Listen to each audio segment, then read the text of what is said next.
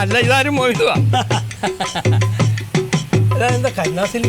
അത് കുറച്ച് നന്നാറിയാ. കന്നാലിയാ? കന്നാലി എന്താന്ന് നന്നാറി അത്തുമുത്ത് കഴിക്കണം, ചെവിടും കേൾക്കൂല. മക്ക കേൾപ്പിച്ചു കൊടുക്കുക വീഡിയോല്ലാം കൂടെ. അപ്പൊ പിന്നെ മോനാകില്ല, എപ്പൊ പൂട്ടിന്ന് ചോദിച്ചാൽ മതി. ഇത് ഞാൻ നമ്മളെ പെരയിൽ ഉണ്ടാക്കണ നാടൻ നന്നാരി സർവത്താ, അല്ലാണ്ട് മാർക്കത്ത് മേടിച്ച മൂലാവൂല. പിന്നെ എനിക്ക് കുറച്ച് തീപ്പെട്ടി ഉണ്ട്, എന്റെ പീടിയിൽ തീപ്പെട്ടി തീർന്നിക്കണ്. അതിനെന്താണ്, ഞാൻ നിനക്ക് ഹോൾസെയിൽ വിൽക്കാന്നേക്കാം. ആയിക്കോട്ടെ, 10 രൂപ നിനക്കും കിട്ടണമല്ല. അച്ചോടൊക്കെ എങ്ങനെ പോണേ? തട്ടി മുട്ടി എങ്ങനെ പോണു അച്ഛാ? ഒരു കവറിലിട്ടാളി. കവറിലിട്ടേരാ.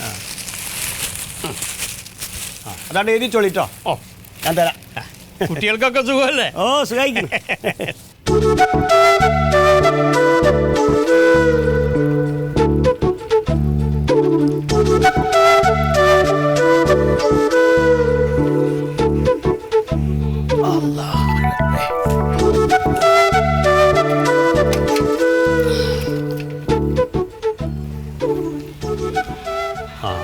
അല്ലെങ്കിൽ വേണ്ട, ഇത് കയ്യിലെടുക്കണമെന്നല്ലേ. ആരെങ്കിലും വന്ന് എടുത്തുണ്ടായാലേ അതാവും. കഷ്ടപ്പെട്ട് നമ്മൾ ഉണ്ടാക്കിയതാണ്.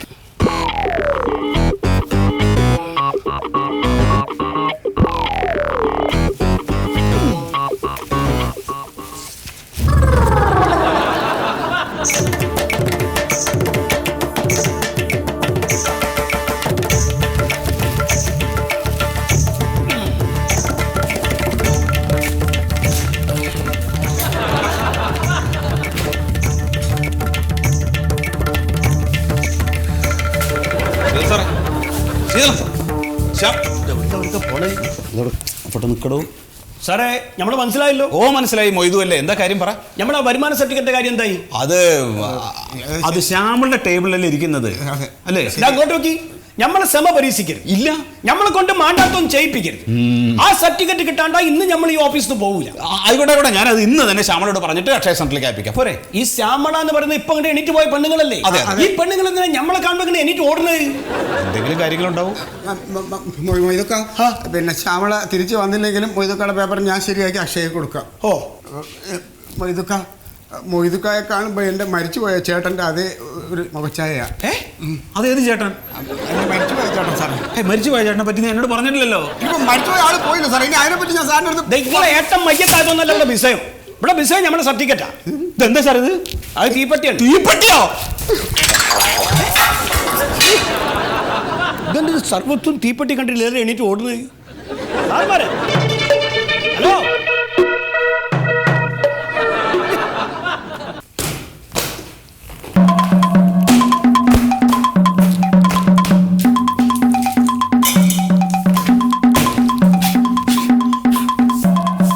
സാറേ. ഓ, ഇന്ന് നേരത്തെ വന്നതല്ലേ? അതെ. അതെ, ഇടിപൊട്ടിയ പോലെ ഇരിക്കുക. ആ മേശൊക്കെ ഒന്ന് വൃത്തിയാക്കി വെക്കി. അങ്ങനെ ചെയ്യാറുണ്ടോ? ആ അതെ.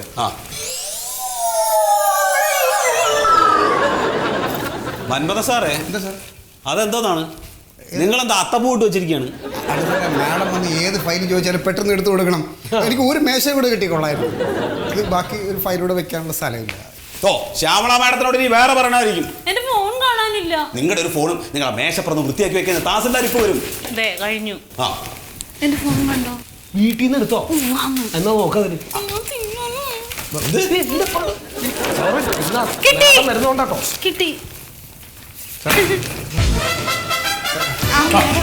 നമസ്കാരം.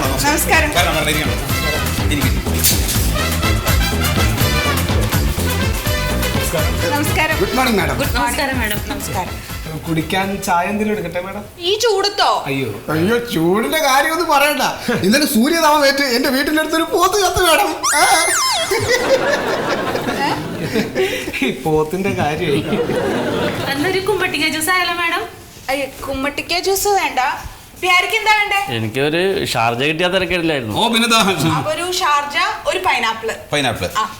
ശീതള. ഓ, നമ്മുടെ തൃപ്തിയിൽ വിളിച്ച് പറഞ്ഞു. ഒരു ഷാർജ, ഒരു പൈനാപ്പിൾ. ഒരു ഷാർജ, ഒരു പൈനാപ്പിൾ. ഹലോ, ആ തൃപ്തി അല്ലേ? ഏത് കാര്യത്തിലാണോ? അല്ല അതല്ല, തൃപ്തി ഹോട്ടലല്ലേ? ആ അതെ, ഇവിടെ ഒരു ഷാർജയും വേണം, പിന്നെ ഒരു പൈനാപ്പിളും കേട്ടോ. ഉടനെ കൊണ്ടുവന്നോളൂ. വില്ലേജിൽ നിന്ന്. അപ്പൊ ഞാൻ വന്ന എന്തിനാന്നറിയാലോ? അന്ന് ഇവിടെ എന്താണ് സത്യത്തിൽ സംഭവിച്ചത്? മാഡം, ഈ മൊയ്തു എന്ന് പറയുന്ന കക്ഷി വരുമാന സർട്ടിഫിക്കറ്റിന് വേണ്ടി അക്ഷയ വഴി അപേക്ഷിച്ചിരുന്നു. നമ്മളത് സ്വീകരിക്കുകയും ചെയ്തു.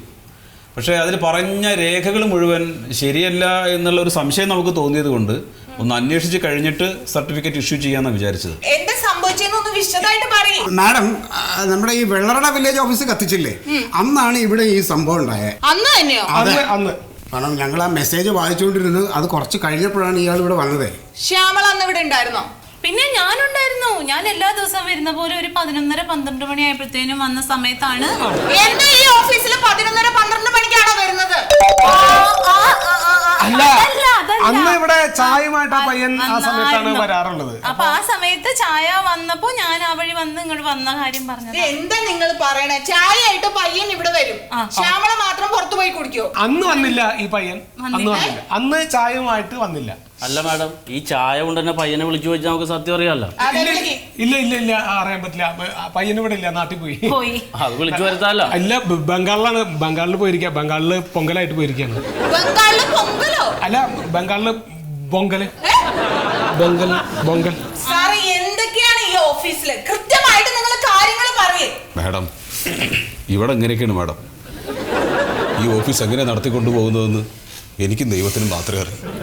ശരി, അയാള് പെട്രോളും തീപ്പെട്ടിയായിട്ട് വന്നു. പിന്നെ എന്താ സംഭവിച്ചത്? ഞങ്ങളപ്പോ തന്നെ ഓടി.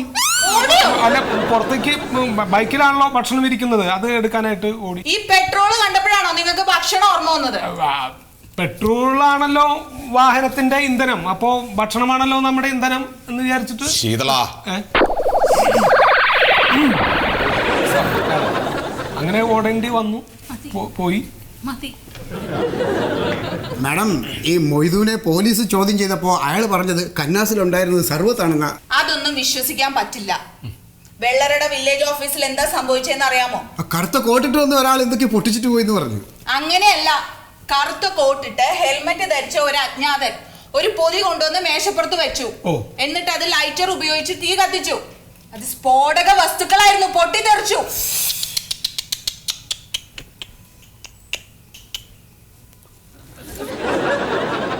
മൊയ്തുവിന്റെ അപേക്ഷ കിട്ടിയിട്ട് എത്ര നാളായി? അപേക്ഷ ഏകദേശം ഒരു 4 ആഴ്ചയായിട്ടുണ്ടാവും മാഡം. ഈ 4 ആഴ്ചയായിട്ട് ആ ഫയലിന് ഒരു മൂവ്മെന്റ് ഉണ്ടായിട്ടില്ല. എന്തുകൊണ്ട്? അത് ഫീൽഡ് വെരിഫിക്കേഷന് പോകാനുള്ള സമയം കിട്ടിയില്ല മാഡം. ഇലക്ഷൻ ഡ്യൂട്ടി ആയിരുന്നില്ലേ? എനിക്ക് നിങ്ങളോട് ഒന്നേ പറയാനുള്ളൂ, വെറുതെ കക്ഷികളെ പ്രകോപിപ്പിക്കരുത്. അവരോട് വളരെ മാന്യമായിട്ട് വേണം പെരുമാറാൻ. നമുക്ക് ചെയ്യാൻ പറ്റുന്ന കാര്യമാണെങ്കിൽ പെട്ടെന്ന് തന്നെ അങ്ങ് ചെയ്ത് കൊടുത്തേക്കണം. ഇനി പറ്റാത്ത കാര്യമാണെങ്കിൽ പറഞ്ഞു മനസ്സിലാക്കുക, അതിനുള്ള പരിഹാരവും പറഞ്ഞു കൊടുക്കുക.